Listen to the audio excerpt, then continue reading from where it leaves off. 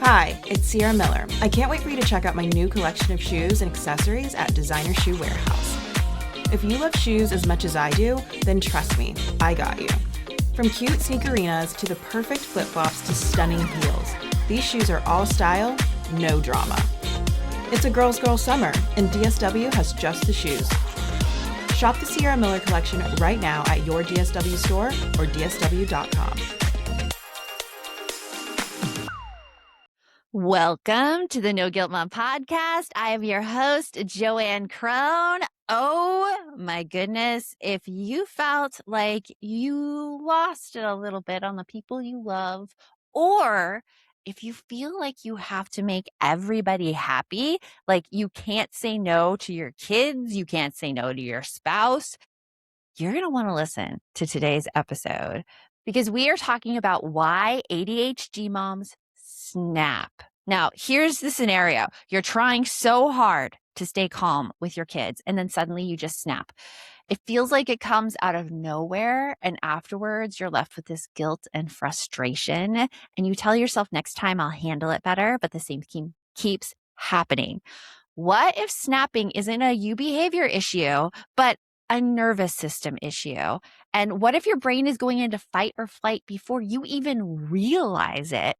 And what if that cycle is especially intense for ADHD brains? During this episode, we are going to get into why ADHD moms snap and understanding the fight or flight cycle, plus spawn and freeze, how to get out of fight or flight mode in the moment, and how to break the dysregulation cycle before it starts. This is such an amazing conversation today, and I want to introduce you to who we are having help us in this issue. It is Jenna Free. She is a certified counselor who specializes in working with ADHD brains, especially when it comes to emotional regulation and getting out of that constant fight or flight mode. She helps ADHDers understand how their nervous system, thoughts, and behaviors all work together so they can feel calmer, more in control, and actually follow through on what matters to them.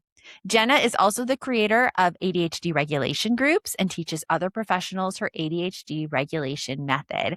She lives in Calgary with her husband and 2 sons, and when she's not working, she's usually exploring a new hobby like acting, tennis, or yoga. And she has a book that just came out, which we are going to talk about in this episode. So stay with me because Jenna is going to give you something that you can notice in your own behavior before it becomes like all outright yelling or people pleasing, which is also a tendency of the fight or flight mode. Didn't know that before, and it is fascinating. So with that, let's get on with the show. Welcome, Jenna, to the podcast. I'm so happy to have you here. Thank you for having me. So I love talking with other ADHD moms and especially like people who work in the space and help other ADHD moms. And I want to start with you. What led you into this work, especially focusing on ADHD and emotional regulation? Yeah, absolutely. I was diagnosed at 32 after having 2 kids in a year and a half. And as moms know, if you do have ADHD, that mental load and that level of intensity that life becomes at that stage, I think really just showed me the cracks in my facade. Absolutely. I think kids have the ability to show us that when we have like one more layer on top. Yeah, I was coping well enough. Like I was still struggling, still not a freeze, still really stuck, still doing everything at the last minute, but it was like, good enough, I guess. I didn't know I had ADHD, so I didn't know there was anything I could do about that. But yes, then I had the kids, and it was really the level of overwhelm that to me, I was like, I don't think it's normal to like feel like I'm climbing a mountain when I need to like sweep the floor.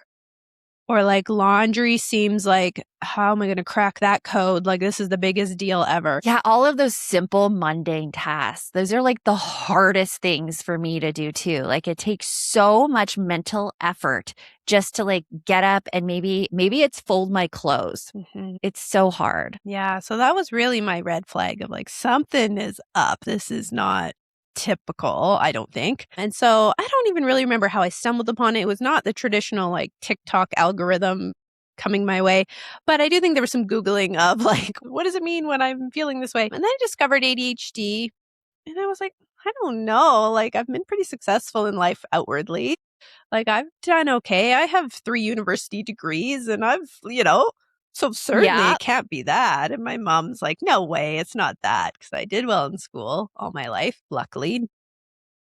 Had I not had ADHD, I'm sure it would have been much an easier path. But Yeah. yeah. Yeah, because like something that I see and me having ADHD too is that I too was like the high achiever in school, but you can never see what's going on underneath the surface. Because for me, and I want to hear if this was your experience in school too, I would constantly shame myself in class if I lost focus or attention. Because I would go and I'd be like, I'm going to sit down today in AP US history and I'm going to pay attention the entire time. And I go in with that goal. And somehow, like 5 minutes in, I get distracted and then it becomes another 10 minutes and I haven't been paying attention and I'm totally lost as to where everybody is. Like, did you have that experience? My experience was a little different, which I think does show, like, this is going to show up differently for everybody. I was never really like conscious of focus or cared. I don't think I cared enough, but I was definitely like a bit of a brown noser, like, yes, like I'm going to mask and be really like on in front of teachers and any authority figures. But I did notice it, and like I would always be the first person done tests, not because I'm so smart, but because I'd be rushing through, kind of careless, kind of like, let's just get this over with. A lot of get this over with energy, like just hammer the assignments out, do them at the last minute. I'd worry about doing them and then I would do them the night before. And just this cycle of like, this is not going smoothly. Luckily, very privileged enough to like, I don't know, grasp everything well enough that I didn't have to try that hard, crazy hard in school. Once I got to high school with math and some harder stuff, I needed tutors and stuff because I'm like, I ain't getting it. But not enough to flag it for anybody. And that'll be a lot of women's experiences when you're young. It's a lot of an internal struggle. It's like, well, on the outside, I was masking well enough. I got by, I didn't bother anybody. So nobody really cared to ask if I was doing well or struggling. But then in adulthood, when I was like, this is not how I want to live my life, I got to do something about it. That's when I got my diagnosis. And I got my diagnosis when I was in grad school to become a therapist. So that gave me a very hard right pivot on like, that's who I want to work with. So that's why I'm in the field. Yeah. And so you mentioned a little bit that it was really hard for you to do the mundane tasks. Was there anything else that led you to get that diagnosis? At the time I actually went to the appointment, got the diagnosis, I remember telling my husband, like, just give it. I just need the medication now. Like, I'm drowning. Like, I just felt like I was always just keeping my head above water. Just getting by enough. There was very little, like, I couldn't really be present, just relax and enjoy. It's always this like feeling of like treading water constantly, even when I wasn't getting much done. And it was just in the end, what really pushed me over the edge of like, I need help, I need support, I'm not okay with this, was I'm not enjoying my life. Yeah. And that sucks. Like, It I does think as suck. you get older, you start valuing that a little bit more of like, life is passing me by and this is not fun. Yeah. Oh my gosh. I think like so many moms can definitely resonate with that. The not enjoying of life, this constant feeling of overwhelm. And you talk about this ADHD fight or flight cycle in your book. Can you walk us through what that is and what's happening in our brain when we're in that? Absolutely. So as I did start working with ADHD clients, I did the traditional stuff, give them timers, give them tools, give them supports. Of course, everyone would come back to the next session not having done whatever we talked about because we're drowning. Like, don't add more to my to-do list. It's impossible. So I started to realize that ain't doing anything. So that's not the answer. But what I started to see in hundreds of hours of talking with ADHDers intimately, and like they're putting it all on the table, is myself included at the time, we are all in this fight or flight cycle. So it's I'm either on and I'm intense or I'm off. Like I'm stuck in the extremes. So I'm either fight, like I'm snapping, I'm aggressive, I'm impatient, I'm irritable, or flight, I'm avoiding. Let me just get away from everything that is causing me any stress. Freeze, paralysis is still in the intense state because there's a lot of intensity happening internally, even if we're stuck. Guilt, shame, a lot of fast thoughts, right? It's not like I'm relaxing on the couch scrolling all day. Yeah, no, it is never relaxing. It's like sometimes I look like I'm relaxing, but then like 5 minutes in, I realize I am holding my shoulders up to my ears. Like everything is tight in the back of my neck. Like it's never relaxing. Yes, so that's the freeze and then the fawn. So people pleasing, can't say no to anything, worried what everyone thinks, so excessively, like never putting my needs above anyone else's.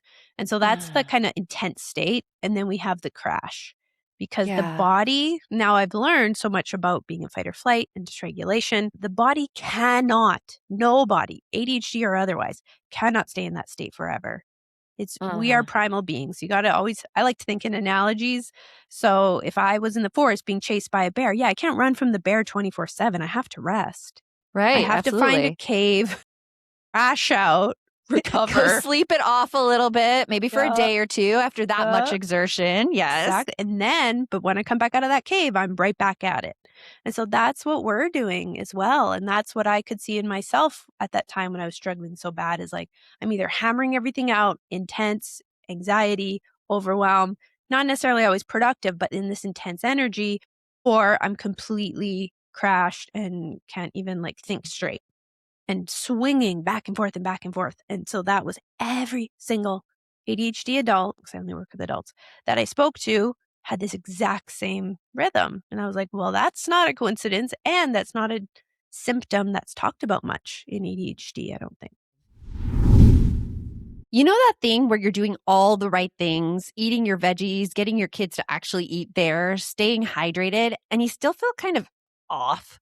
Yeah, me too. Turns out most of us have small nutrient gaps we don't even know about. And with our packed schedules, it's honestly really hard to cover all the bases through food alone. That's what led me to First Day. And honestly, it has become one of my favorite parts of the morning. I actually look forward to taking my vitamins, which if you know me and how many supplements I take, it's saying a lot. They are so good and I never forget them. No nagging myself, no skipping, just 2 gummies and done. What I love most is that they actually make different formulas for toddlers, kids, teens, and adults. So it's tailored to your stage of life. It's a blend of 21 organic superfoods and 9 key vitamins with no added sugars, no artificial dyes, nothing sketchy.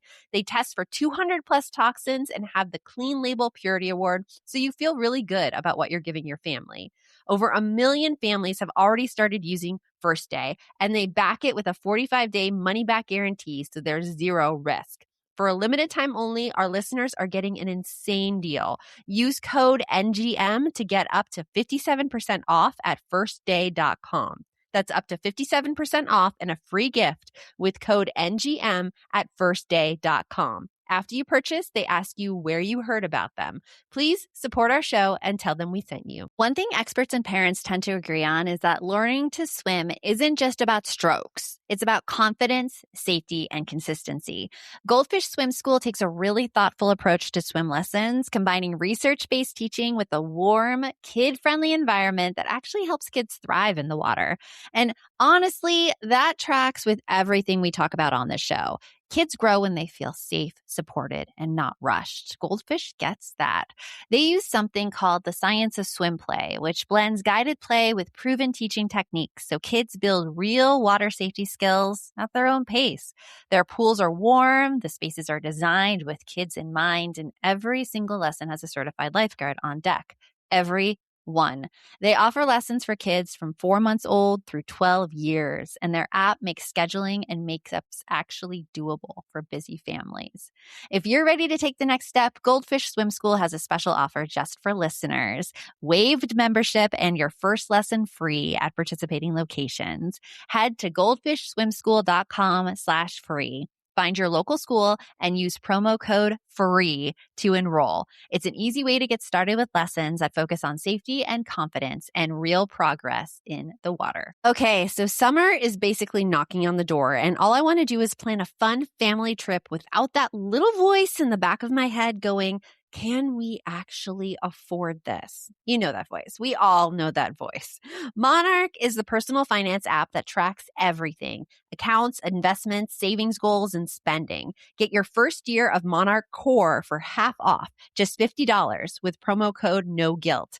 So my husband and I started using it, and honestly, That moment of clarity was when it surfaced every single one of our recurring expenses, subscriptions I'd completely forgotten about, things I had to hunt down the email addresses for just to cancel. It even helped us start thinking seriously about when my husband can retire. And my favorite feature, the AI weekly recap. It flags spending spikes, net worth shifts, and upcoming expenses so nothing sneaks up on you. It's like having a financial advisor in your pocket, but without the awkward small talk. Use code NOGUILT at monarch.com to get your first year of Monarch Core half off at just $50. That's 50% off your first year at monarch.com with code NOGUILT.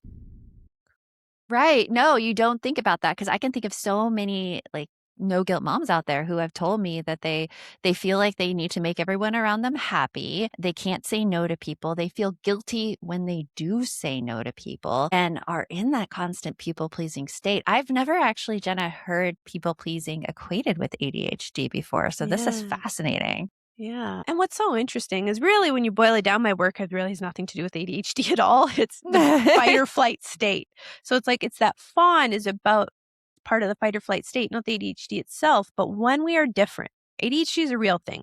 There is the viewpoint out there of like, it's just trauma response and ADHD is not a brain difference. I do not see it that way.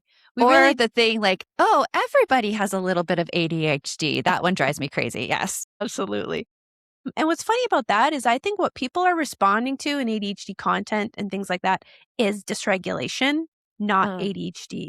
So when people say, oh, aren't we all a little ADHD? No, but we are all dysregulated probably. So there are similarities. But if you put an ADHD brain that's already different, already we have some struggles in certain areas. It's very real. Put that brain in fight or flight, you are like quadrupling your symptoms. It's like hard on top of hard. It's debilitating. So that is really what we're working on is the fight or flight state. The brain is what it is. We have the brains we have, but it does not have to be this hard. And a lot of our symptoms is not the ADHD itself. And I think once we start seeing in that lens and realize, oh, this is actually fight or flight, and that is something I can work on, it just opens up a whole new door of possibility. That's interesting. So, like, what are some of the signs that moms might be going into fight or flight that they could like recognize before it gets really bad? Yeah. And I do think that's how we talk about it, right? What are the signs I'm getting into it? We only think about it when it's at its peak, like when I'm in some sort of big reactive state, like yelling at my kids or really impatient. I'm always irritable. Yes, that is being in fight or flight. That is dysregulation. But if we want to change it, we got to assume we're in chronic, constant fight or flight.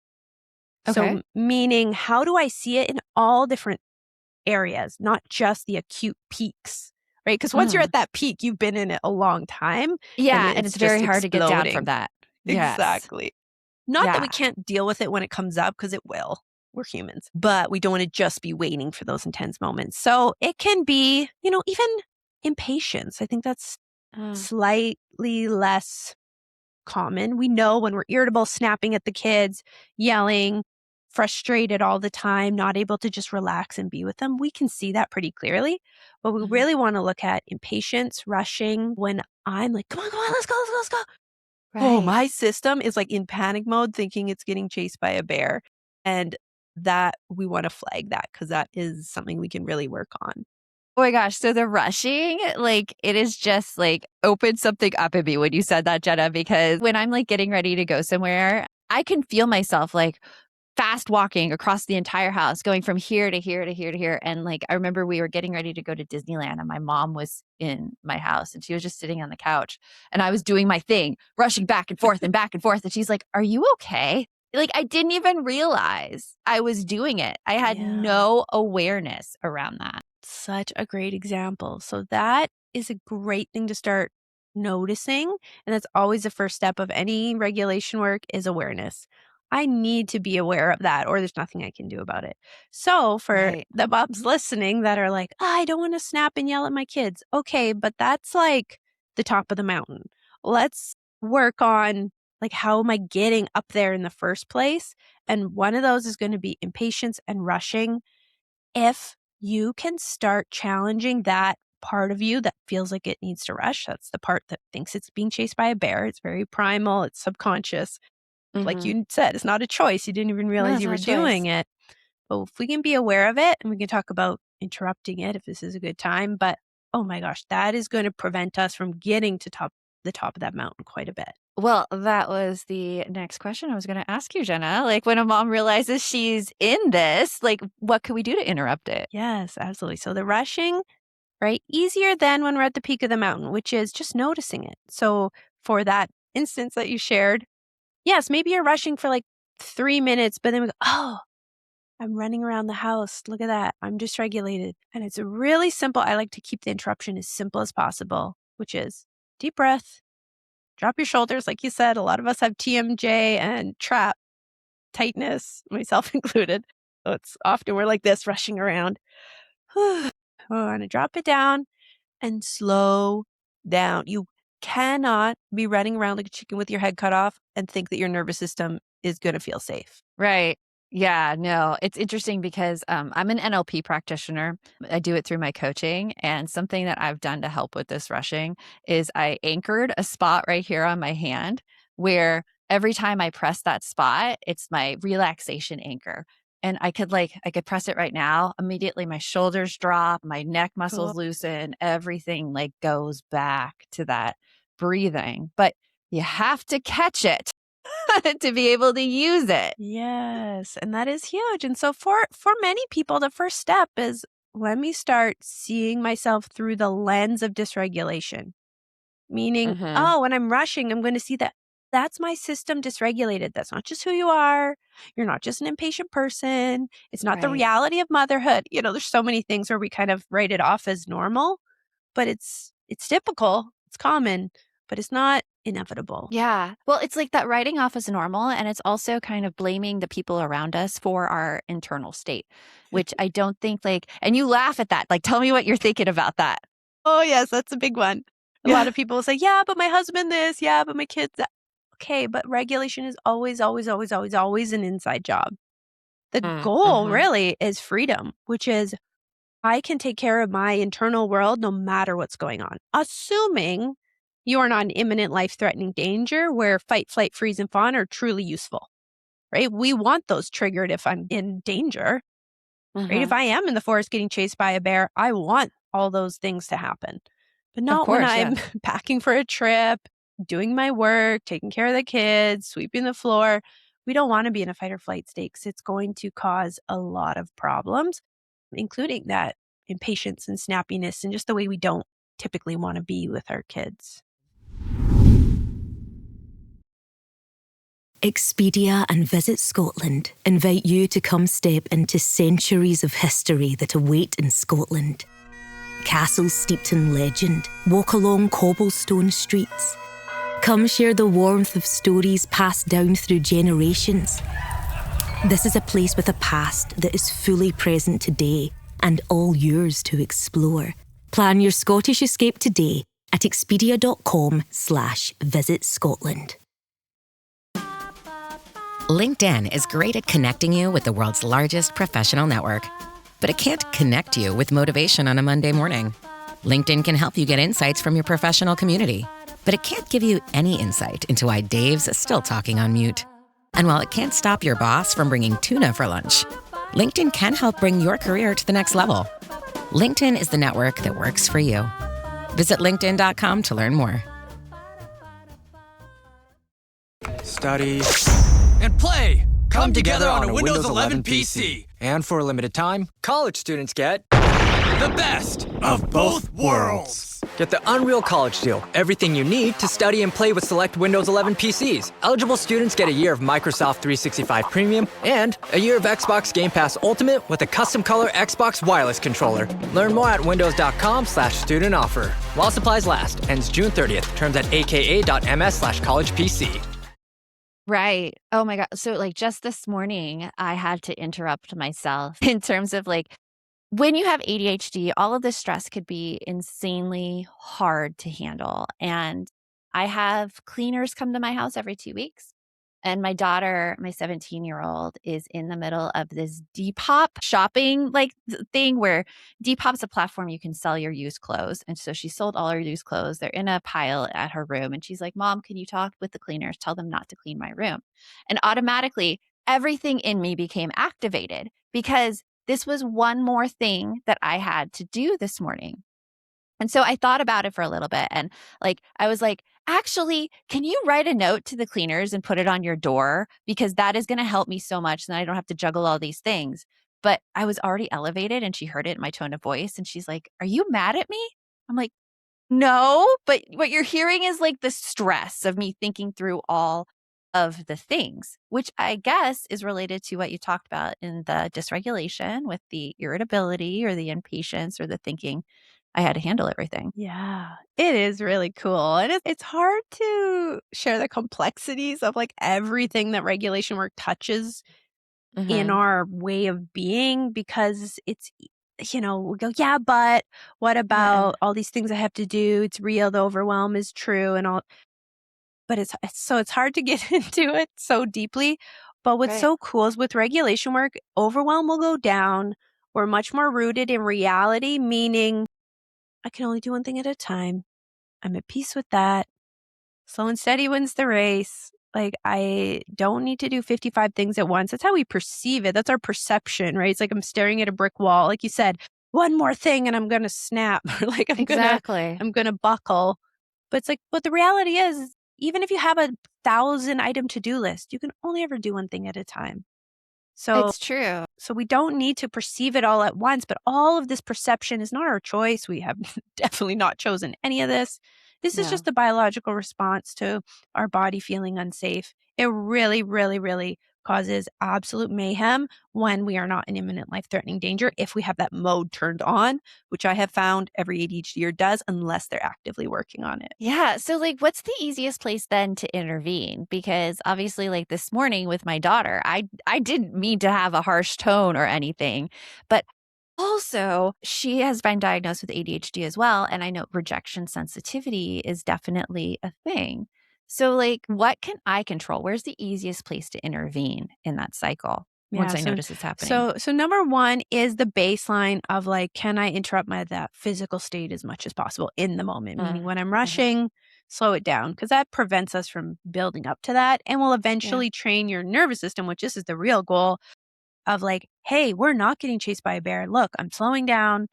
I'm taking a deep breath. I'm relaxing my shoulders. I would not be doing this if I was in danger. And we're telling our nervous system again and again and again and again and again.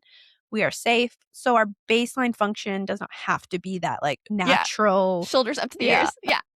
That natural stressed tendency. But that takes time.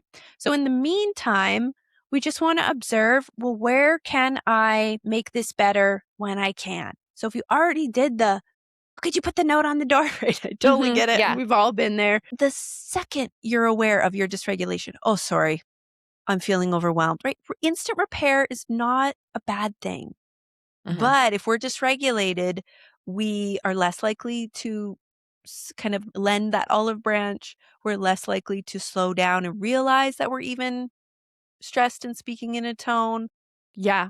So, I did not apologize, Jenna. I immediately defended myself and said, no, this is I'm just trying to get things done. I immediately accused her of misreading the situation. And defensiveness is a sign of dysregulation. And I think a lot of the signs of survival mode or fight or flight have been normalized in our society as a whole.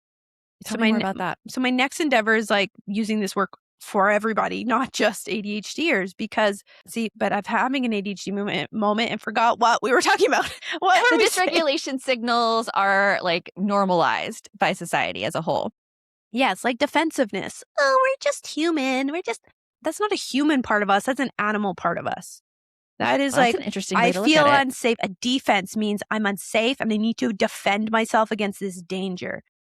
No, we're good. Even criticism, even our own side of the RSD is when we notice, oh, I get criticized, even perceived criticism or tone or anything. I got my defenses up. I am on the fight, to defend myself.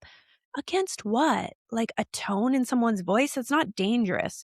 So we want to really just start observing things like rushing, defensiveness, overwhelm. I said, oh, that's like the animal part of me that I can work on. I can soften. I can get my human part to be, it's never going to be 100%. We're still animals at heart, but I could like get the conscious mind more in control, the animal part a bit smaller.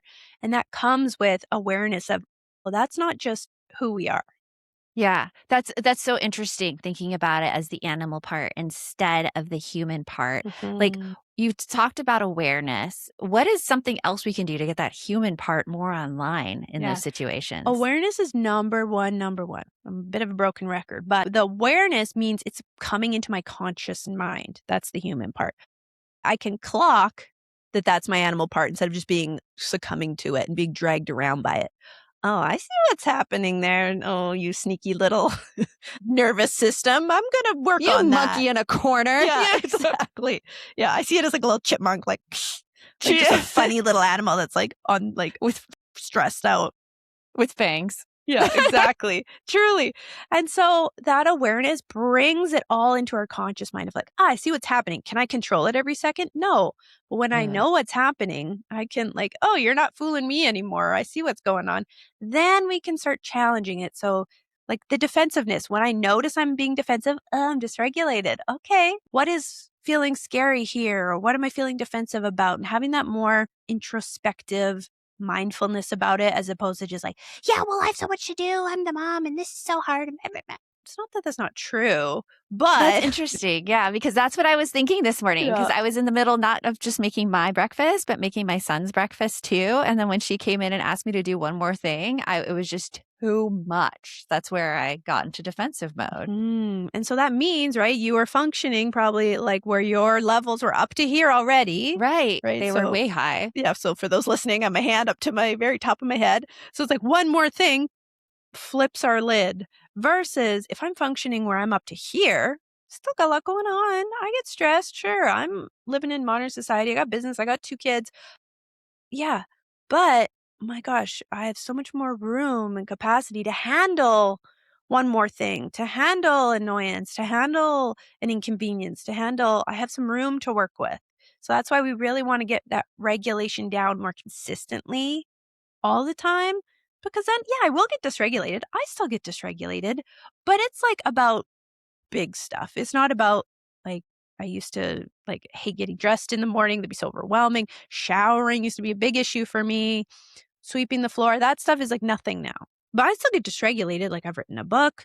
I come on podcasts, I have a big business. I have 2 kids. So that, yeah, for sure. But when I'm not functioning like at the edge all the time, oh my gosh, I can handle so much more. It feels better for the people around me, feels much better for me. I don't feel nearly as guilty. Not that we need to, even if we are being snippy or irritable. It's just our biology, but we can make it better. So awareness, just making sure we know when we are rushing, when we feel impatient, trying to keep that nervous system down below our chin versus up at our forehead. I love that. For everybody listening. What are some like other small changes that we can make during our day to manage those energy levels so we prevent ourselves from getting to that way up here, my gosh, I can't handle another thing mentality. Yeah. So I can't say it enough. Rushing and impatience, we got to work on that consistently. Like over time, you really got to like wrestle with that part of us that's always in a rush. Yeah. And that means so physically slowing down. That means if we're impatient, like waiting in line, I get that we're not physically rushing, but if you're crawling out of your skin waiting in line, we got to like soften that. I don't necessarily have like the explicit tangible tools because it's a bit intangible. But for me, what really helps is a deep breath. Even doing that right there, my body feels different from like pretending to be from being like up here. tense to like a deep breath. And looking at what are my thoughts and beliefs. This is honestly the richest part of regulation work that no one ever talks about. What are my thoughts and beliefs that has me being impatient right now? I don't have time for this. This shouldn't take this long. These people in front of me are inconvenient. They're slow. Blah, blah, blah, blah. I should be able to get more done. That is the thought I'm seeing in so many women. I should be able to get more done. I should be being more productive than this. If we have should in there, we know it is dysregulation because you are fighting with reality. And this is what I said at the beginning is like a really strong relationship with reality of like, I can only do what I can do. Of course, I will do my Yeah. best. And I'm at peace with that. When you can get into that energy, which takes time, and challenge these beliefs. I should be able to get more done. Says who? That's a pie in the sky. You plucked that from nowhere. You can't point to it and say, look, I should do. No, that's a thought. It's a judgment that exists in your mind only. And Right. we can start breaking those down to go, oh, isn't that interesting how I feel like I don't have time for this? I'm so busy. I don't have time for this. Well, yeah, then it's going to feel painful. You're going to be rushing through it. You're going to be trying to get it over with. Very hard to work on slowing down, being present, doing one thing at a time when you're simultaneously believing I should be getting more done. This is taking too long. There's not enough time. I'm behind. I need to catch up. Those are all really big common ones for ADHDers. And that we need to start breaking down. So, of course, first step is being aware of those beliefs because Right. they can be so And subconscious. that they aren't true. Yeah. I mean, because the shoulds are very, very like argumentative against reality, Jenna. And they make a good case sometimes that we have a hard time pushing back against. Yes. And that is why I love like pretty radical thinking around like acceptance of reality. Because if there is a should there, it isn't true. Because, That's a good rule. right, by definition, because Yeah. what you're saying is it should be this way, even though in reality it's this way. So you're saying it's not true then. Right. I should get more done. Well, the reality is you got this much done. So I love talking with people about the gap versus the gain theory. Have you heard this theory? no, I don't know. It's from Dr. Benjamin Hardy. And the gap is what so many of us get into. It's like looking at what we still have left to do. And that tends to make us really anxious, really irritable, versus the gain, which is looking to see how much we have accomplished since we started. And usually when I go back and look at my gain of everything that I have done today, I feel a lot prouder of myself and a lot more stable than if I look at everything that I didn't and I still have to do. I love that. And what's funny is a lot of, when I hear tips and tools that people are using, I'm like, you know why that works? Because it's regulating. Looking at what is still wrong is a very dysregulated approach. I still need to be on the defense. What if the bear comes back? I need to look for problems. It's a fear-based way of functioning. Looking at, wow, I can appreciate what I've done. I feel proud of my accomplishments. I can, stop and smell the flowers for a minute. That is not a thing a dysregulated body can do because it says, who gives a shit about the nice view? Who cares about the flowers? I'm about to get eaten by a bear here. Yeah. So that's why that really works is because it regulates us. It has me go, oh, I'm safe. I'm okay. If I'm noticing the good, that must mean I'm safe because if I was actually getting chased by a bear, I would not be stopping and observing how far I've come, on this hike. Yeah. Oh my gosh. Okay. I love this, Jenna. You've shared so much great tools that we can all take with us. The awareness, the only doing one thing at a time, the making sure that like when we hear a should, it's automatically not true and doesn't go with reality. You have written a book that recently came out. Tell us about that and where people can go and get it. Yes, it is the simple guide to ADHD regulation. This is the A to Z process of this work. So it goes through the nervous system work in more nuance. It goes through the thoughts and beliefs work in depth, which is the thickest part of this work. It's so rich. Our minds are full of a lot thoughts of and stuff. beliefs are huge to go to examine. It's amazing how many false beliefs we have that are My contributing to our goodness. stress and anxiety. Yes. And then the third piece is the behavior. So we get stuck in all or nothing thinking and all or nothing ways of doing things. I'm either, doing it perfectly or to why bother? I'm either going to do the whole thing or why even start? And that's really limiting us and keeping us dysregulated and in that kind of intense nothing cycle.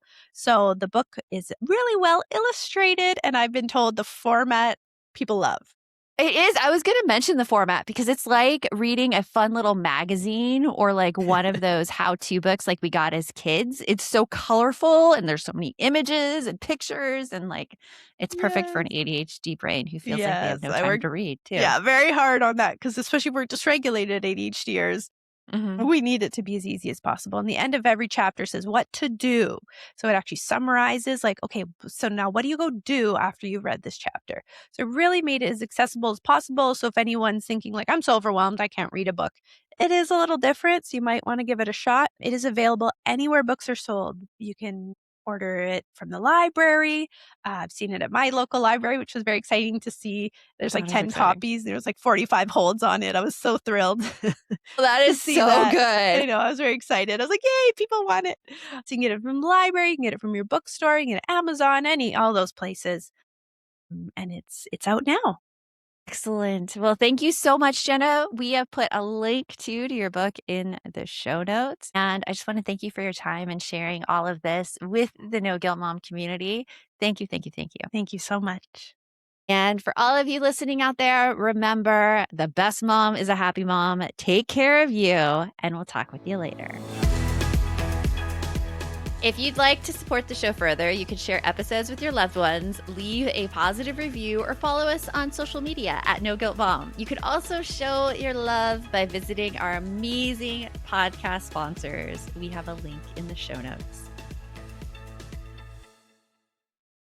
Insurance isn't one size fits all. That's why customers have enjoyed Progressive's Name Your Price tool for years now. With the Name Your Price tool, you tell them what you want to pay, and they'll show you options that fit your budget. So whether you're picking out your first policy or just looking for something that works better for you and your family, they make it easy to see your options. Visit Progressive.com. Find a rate that works for you with the Name Your Price tool. Progressive Casualty Insurance Company and Affiliates. Price and coverage match limited by state law.